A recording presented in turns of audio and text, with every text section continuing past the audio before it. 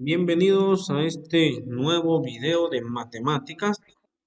Estaremos trabajando con algunas figuras geométricas o llamadas también sólidos, en este caso cuando hablamos de tres dimensiones. Vamos a ver la frase de Don Bosco. Nos dice que ser bueno no consiste en no cometer ninguna falta, sino en saber enmendarse. Entonces, no se preocupen si se equivocan alguna vez. Pedir perdón es más importante, dice Don Bosco. En el desafío inicial te pido que en tu cuaderno realices los siguientes dibujos: un pentágono, un hexágono y un heptágono, pues deben ser figuras regulares, es decir, con exactamente la misma medida. Un pentágono, figura de 5 lados, hexágono de 6 y heptágono de 7 lados. Vamos a ver entonces la clasificación de los sólidos. Los sólidos son figuras en tres dimensiones. En tres dimensiones porque anteriormente hablamos de base y altura, lo que también puede traducirse como largo y ancho de una figura, pero cuando le agregamos una profundidad, es decir, una tercera dimensión, estamos hablando de sólidos. Entonces, más o menos como esta cajita que yo coloco acá, pues ya vienen muchas más figuras. Las primeras de ellas se llaman prismas. Los prismas tienen una base. Es decir, si yo dibujo un rectángulo como base, obviamente a la perspectiva un rectángulo parece un paralelogramo. Cuando proyecto hacia arriba, pues ya le doy una figura, una forma sólida, y pues a eso se les llaman prismas. Todos los prismas tienen una base en la parte de abajo y la misma base se refleja en la parte de arriba y tiene varias caras laterales. También estas figuras tienen estas esquinas u orillas acá que se llaman aristas. Entonces tienen distinta cantidad de aristas cada una de ellas. Por ejemplo, esta tiene uno, 2, 3, 4 en los lados laterales y estas también son aristas, 5, 6. Esta tiene 7, 8 aristas, ¿verdad? Aquí tenemos un prisma llamado prisma triangular porque su base es un triángulo. Esta es un cubo, ¿verdad? Porque todos sus lados son iguales. Si la parte de abajo fuera un cuadrado y fuera mucho más alto en la parte de arriba, le llamamos prisma cuadrangular porque su base es un cuadrado. Aquella figura en donde su base es un círculo completo, pues ya no le vamos a llamar prisma circular, sino que le vamos a llamar cilindro, pero también es un prisma.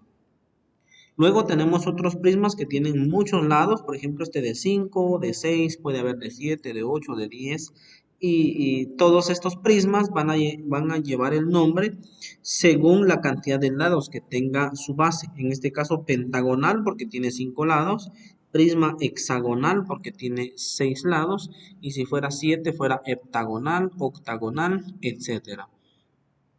Hay otra clasificación de sólidos que les llamamos pirámides.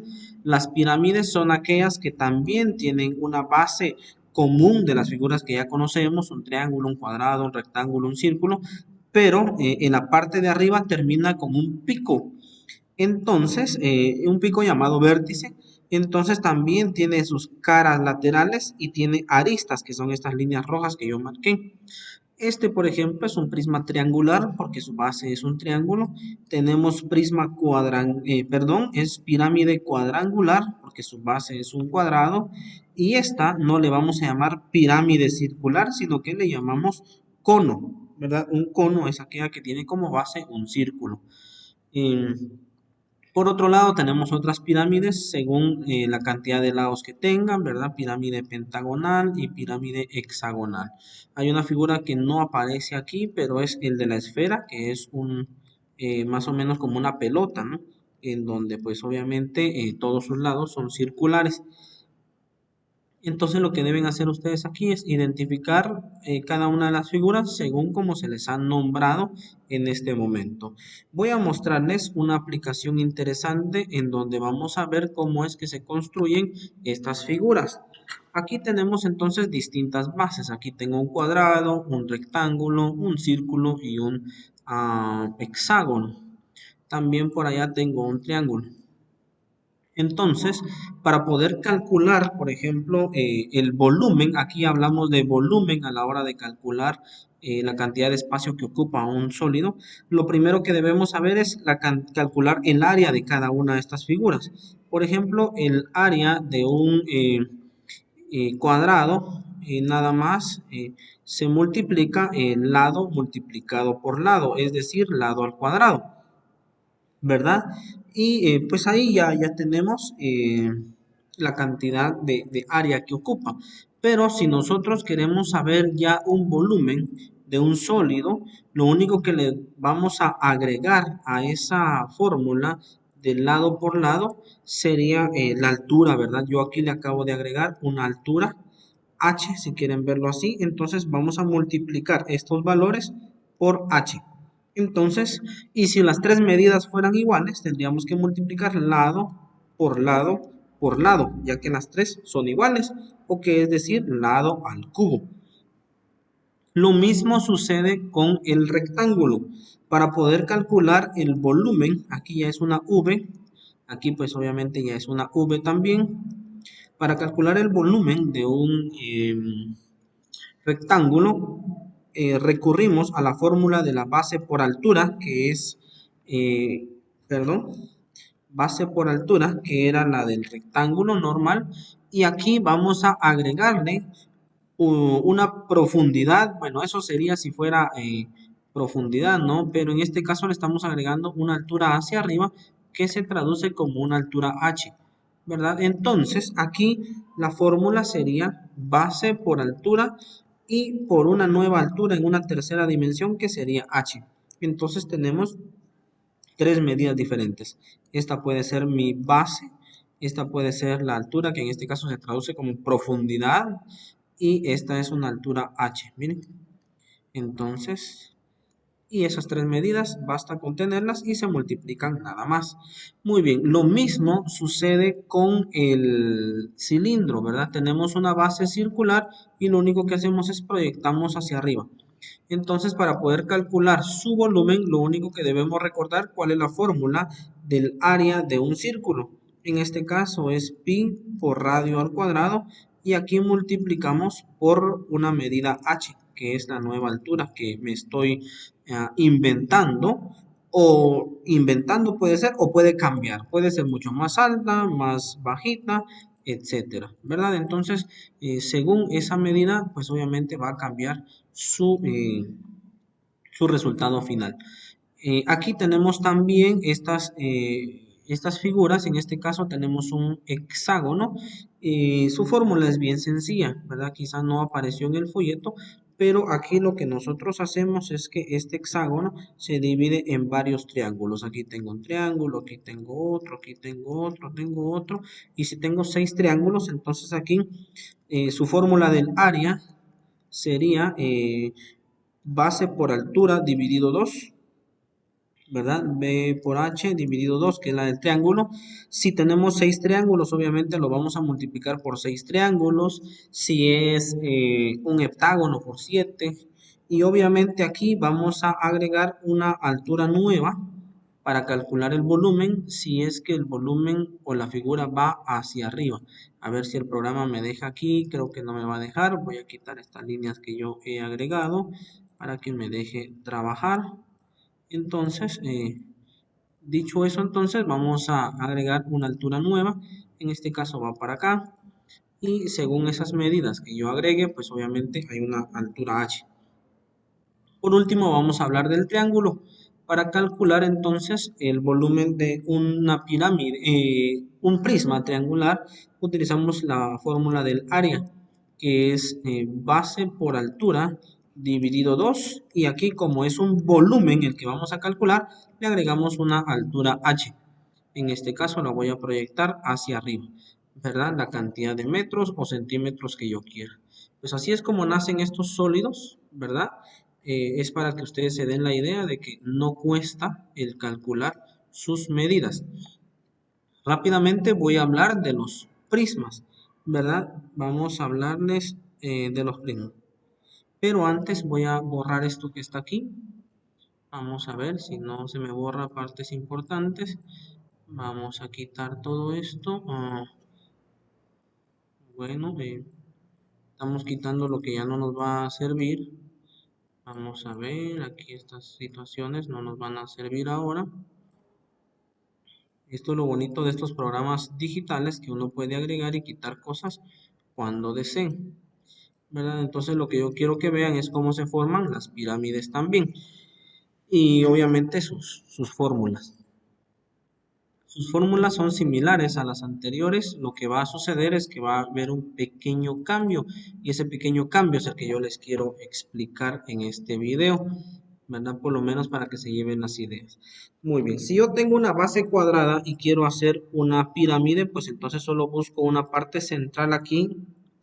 Es algo difícil, yo ya lo tenía marcado. Entonces se dan cuenta que se forma algo interesante, ¿no? Como una casita, si quieren verlo así. Pero esta figura obviamente hay que terminar de cerrar. Entonces vamos terminando de cerrar. Aquí voy a ir girando.